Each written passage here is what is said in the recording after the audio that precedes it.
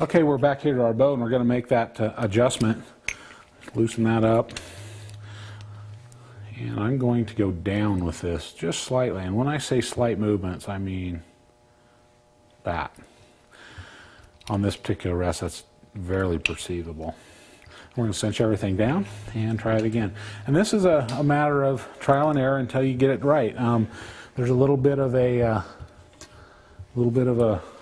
curve to it, but once you get it right, everything will shoot the same, and you'll be shooting really, really good. So, again, a 40-yard group.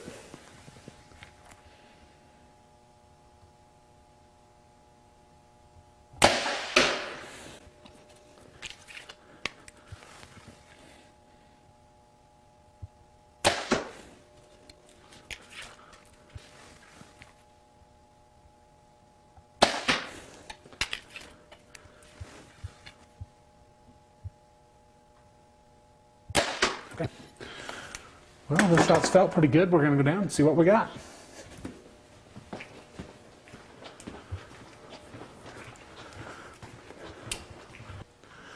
Okay, this is a little bit better. This shot here was the one field point shot, and it actually felt like it went off low. But the other three are all good. The two broadheads and the other field point are all playing with each other real well. That's a very good sign. I'm pretty happy with that. Especially shooting indoors in here. It's always difficult shooting indoors because of the lighting situation, but I've actually got to adjust my sights and all that to get them shooting in the middle, but that's fine. I don't really care about that right now. All we want is everything grouping together. I'll probably shoot a couple more groups just to confirm, and then we're going to go outside and shoot at long range because, 40 yards will tell you a lot. 40 yards is a good hunting shot distance, but to really get the fine-tuning down, what I do is I shoot at 80, 70 or 80, usually at 80. It's a nice calm day, which you have to have, and we're going to out and spend some time making tiny micro adjustments. And again, usually bringing your broadheads into your group, your broadheads toward your field points. Almost always you'll find that when they're not shooting right, that the broadheads are hitting one place, field points are hitting the other. So you're going to micro adjust your rests into that, and that's guaranteed. If you've got things set up and your broadhead's straight, that you'll get them together. We'll go out to 80 and we'll try to give it a little shot.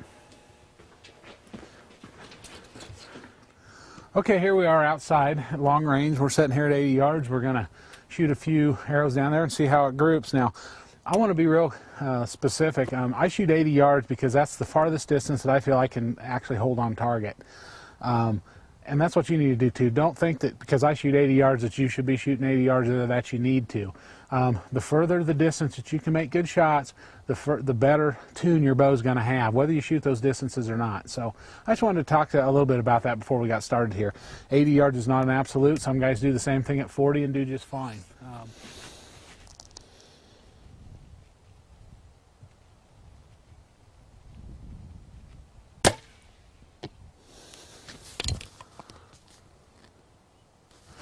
Not too bad.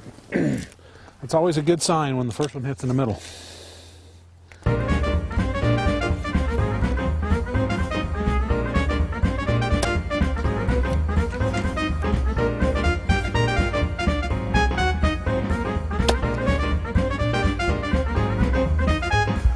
Well, I wish I could say this was typical, but it's not.